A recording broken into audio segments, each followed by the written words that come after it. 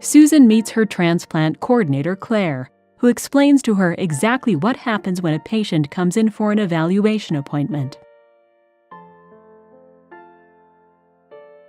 There are two main reasons for your visit: to see if kidney transplant is right for you, and to meet the transplant team and find out if we're right for you. So, what will happen on evaluation day?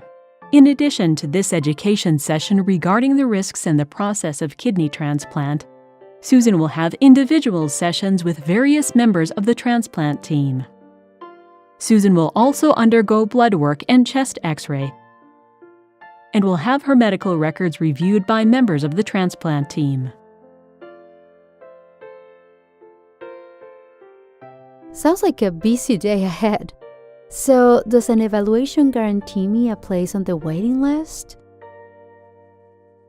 No. Although an evaluation is the first step in your transplant journey, this visit does not mean that you are automatically placed on the waiting list. I hear you. As a patient with kidney disease, what are my treatment options?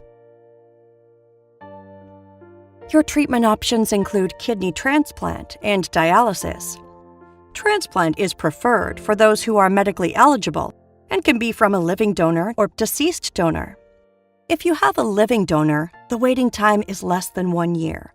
However, if you have to wait for a deceased donor, the wait is usually between 5 and 10 years, with 60% waitlist mortality within 5 years.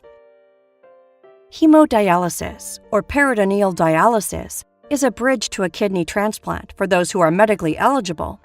If medically cleared, chances of your survival are better if you are transplanted than if you stay on dialysis. However, the survival rate also depends on age and other health conditions. To be eligible for transplant, you either must be on hemodialysis or peritoneal dialysis, or your kidney function must be at 20% or below, as measured by the estimated glomerular filtration rate, even if you are currently not on dialysis. Transplant is not an option if a patient is suffering from severe heart disease without possibility of intervention or is experiencing other organ failure that require transplant, although in such a case the patient may be referred to another program. Transplant is also not an option for patients with irreversible essential organ failure, any current malignancy like cancer, HIV infection, AIDS, or any other active infection, or for those who are suffering from multiple medical problems that might come in the way of a safe surgery. In addition, transplant may not be right for you if you are suffering from significant blood vessel disease or if your body mass index is more than 38. Transplant may also not be right for you if you are more than 75 years old, or if you are unable to care for yourself and do not have a support person to help you out, or if you do not have the means to financially afford post-transplant medications.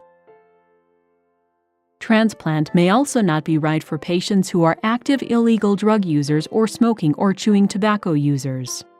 Patients who have psychosocial contraindications, recurrent infections, previously treated cancers, or untreated sleep apnea or CPAP noncompliance may also find that transplant is not right for them.